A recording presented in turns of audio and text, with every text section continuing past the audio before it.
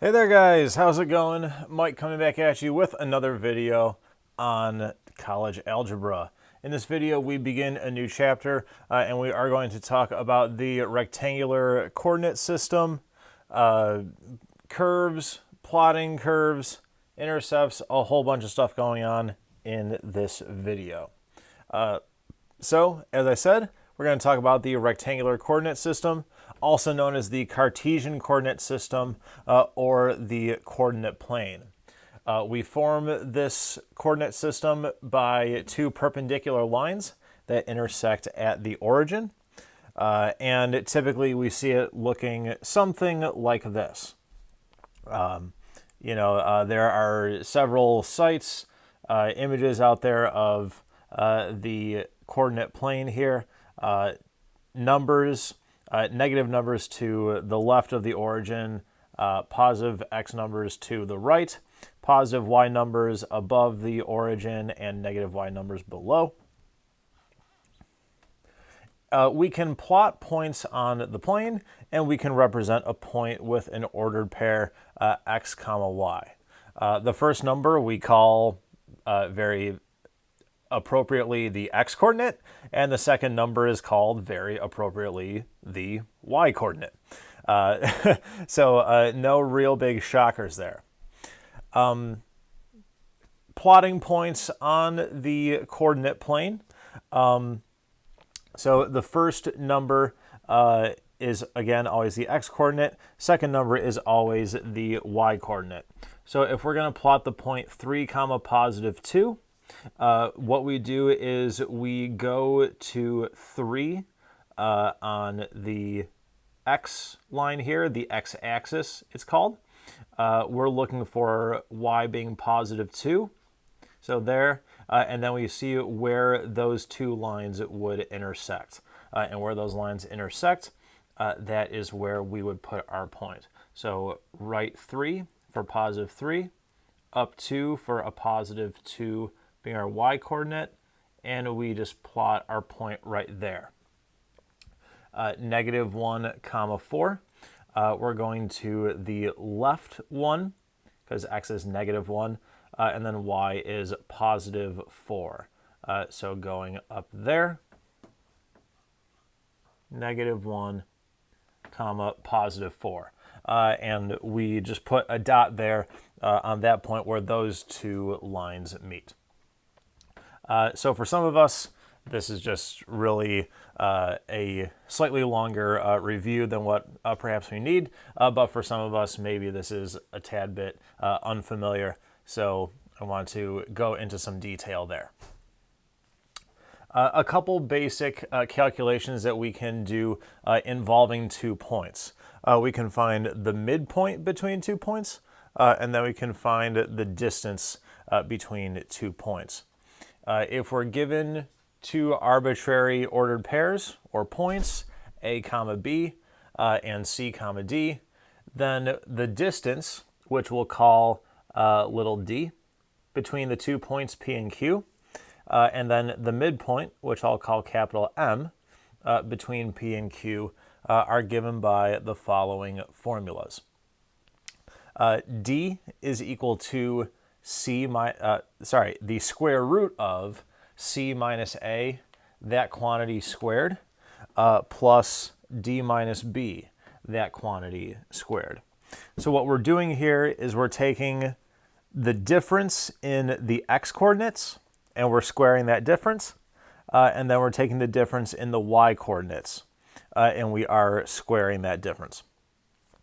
Those two numbers we're going to add up, and then we're going to take the square root of that sum, and that is our distance. The midpoint, the x-coordinate of the midpoint, is simply the average of the x-coordinates of our 2 points here. And the y-coordinate of our midpoint is simply the average of the y-coordinates of our 2 points here. So x-coordinate is a plus c over 2, y-coordinate is b plus d over 2.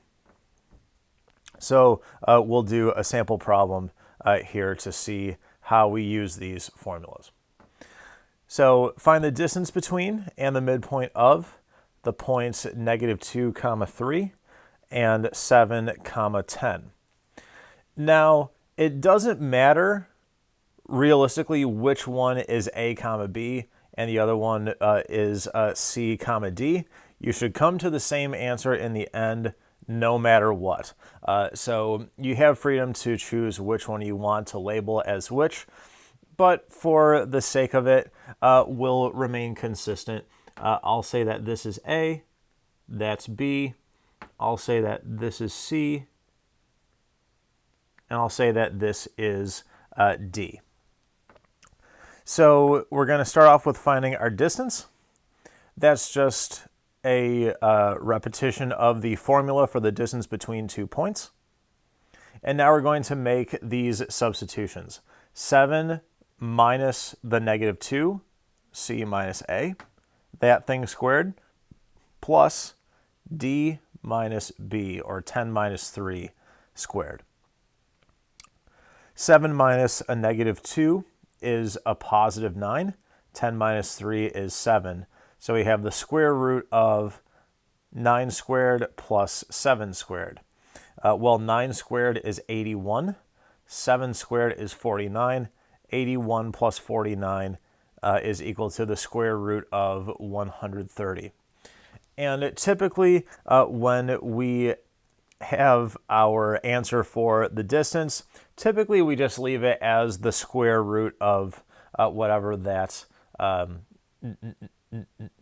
number is. You could simplify it more. Maybe there is a perfect square that you can pull out. I'm not going to require you to do that, though. The midpoint, again, just the average of the x-coordinates of your 2 points and the average of the y-coordinates of your 2 points. So we have -2 plus 7 divided by 2, comma, 3 plus 10 divided by 2. And that gets me 5 halves, comma, 13 halves. So pretty straightforward use of these two formulas here. Once again, for some of us, this may be a bit of a review, but for some of us, perhaps not. So I do want to go into some detail here and give everyone a solid basis and a solid grounding in this. We can typically express the relationship between the x and the y coordinates with an equation, and we do that if we want to express an algebraic relationship, or if we wanted to express a visual relationship, we would do that with a graph. So a solution to the equation in x and y is an ordered pair x, y that makes the equation true. If we were to plot every solution to the given equation, we would get the graph of the equation, and this graph that we get I will commonly refer to as the curve. Now, it may not necessarily be an actual curve. It could be a line or parts of lines or some other shape, but this word curve here is just a substitute that we commonly use to say the graph of an equation. So how can you come up with the graph for a given equation? Well, there's a fairly standard set of steps that we do first. It's often easiest to find solutions to an equation by first solving for y. You want to get y all by itself on one side and get everything else onto the other side. Then you substitute in values for your independent variable, typically x, and find the corresponding y value that will then make the equation true. You create a table of these x values and its corresponding y value, and then you plot each point on the coordinate system or on the coordinate plane, and then you connect the plotted points with a smooth line or curve or whatever term you want to use. So here is an example of what we're talking about. Let's get the plot of the graph of this equation. 2y plus 6x is equal to 0. We're going to kick it off by getting y all by itself first. So first thing we have to do in order to do that is I have to subtract the 6x from both sides. That gives me 2y is equal to minus 6x. And then I can divide both sides by 2, and that gets me y is equal to minus 3x. So now I'm going to create just a small table here of x and corresponding y values. X can be anything we want. So I'll take these x values, plug them into this guy right here, and I'll see what y value I get out. So if I plug negative 2 in for x here, negative 3 times negative 2 is going to be a positive 6. If I plug negative 1 in for x, it's going to give me a positive 3. Plug 0 in for x, obviously gives me a 0. Plug 1 in for x, gives me a negative 3. And then plug 2 in for x, it's going to give me a negative 6. I'm going to plot these ordered pairs on this coordinate plane here. So negative 2, positive 6, negative 1, positive 3, 0, comma 0. That's the origin. 1, negative 3, 2, negative 6. And now I'm going to connect these points as best I can with a smooth line or curve.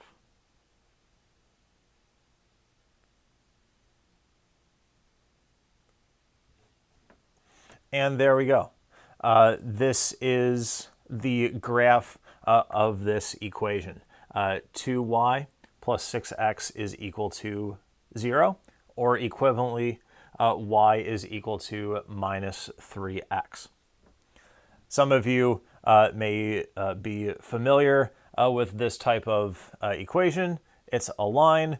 More information to come on lines and linear equations in the very near future. Let's try one more here. And when I say let's try, I mean I want you to try this one on your own. Try to do exactly what we did in the previous one, but with this guy here.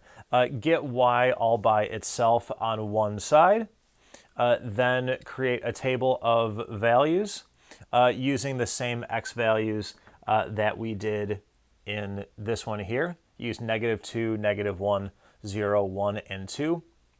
Plug those x values in, get the corresponding y value, plot those ordered pairs on the coordinate plane, and then connect those points with a smooth line or curve. And let's see what we get out. So press pause, do all that. Once you think you have your curve, press play, and we'll see if you are correct. All right, so let's see if you came up with the correct equation for getting y all by itself. Pardon me. You add 5 to both sides, and then you subtract the absolute value of x from both sides, and that gives you y is equal to 2 minus the absolute value of x. And then hopefully when you found each of your ordered pairs, you got negative 2, 0, negative 1, 1, 0, 2, 1, 1, and 2, 0. And if you sketched a graph that looked something like this, then you were completely correct. The absolute value function does have a little bit of an odd looking graph. It looks like a V in some way, shape, or form. So this is indeed what you should get. But as we continue later on in this course, we will get more of a sense as to what do the graphs of these various types of functions look like. So when we look at graphs, we tend to put emphasis, we tend to focus on certain important features of graphs. One of the important sets of features that we want to be able to find are x and y intercepts. An x-intercept is a point that is of the form a comma 0, and it's a point where the graph intersects the x-axis. Similarly, the y-intercept is a point that is of the form 0 comma b, and this is a point where the graph intersects the y-axis. Now, it is very possible to have more than one x intercept for a graph. There is, for the types of functions that we will be spending most of our time on in this course, there is going to be only one y-intercept that can happen for the graph of a curve. Technically, there are equations out there where you could have more than one, but for the most part, what we'll be looking at in this course are graphs where there would only be one y-intercept, if there will be one at all. So now the question is, how do we find these things without looking at the graph of our equation or without looking at our curve? If we can look at the graph, then it's really easy. You just find the point where the thing cuts through the x or y axis. But how do we determine the x and y intercepts just by looking at the equation that we are given? To find the x-intercepts, what you're going to do is you're going to set y equal to 0 in your equation, and you're going to solve for x. To find the y-intercept, or intercepts, you're going to set x equal to 0 in the equation, and you're going to solve for y. So here's a sample problem. We're going to find the x and y intercepts for this equation here. Y equals x squared minus 5x plus 14. We're going to kick it off by finding the y-intercept, which means we're going to set x equal to 0, and we are then going to solve for y. So if I plug in 0 for x here, I'm going to get 0 squared, which is 0, minus 5 times 0, which is 0, plus 14. And this is equal to y. Or we find that y is equal to 14. So the y-intercept we have is 0, comma 14.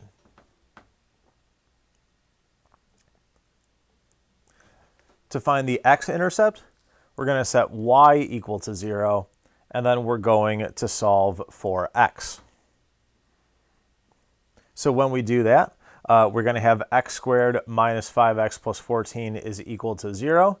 Oh, this is a quadratic equation. This is something that we saw earlier on in the course.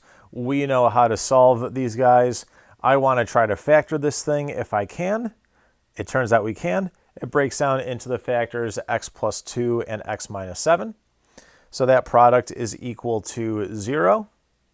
And each of those factors being equal to 0 means that either factor can be 0 on its own. So we come up with the x values of negative 2 and positive 7. So we have two x-intercepts here.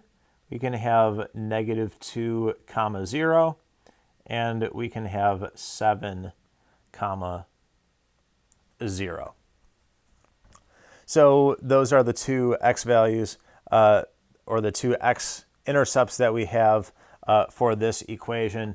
And then, as we mentioned earlier, we had our y-intercept of 0 comma 14. So this concludes this video on what is perhaps more of a review for most of us, if not all of us, but just sort of refreshing ourselves on the rectangular coordinate system, plotting points, graphs of equations, things like that. How do we come up with graphs of equations, and then x-intercepts and y-intercepts as well.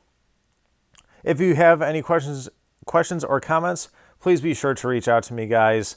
Emails, cell phone calls, texts, snail mail, fires on the beach, magic wands, whatever you have to do, bat signals, whatever. Reach out to me if you have questions. So until the next video, take it easy, guys.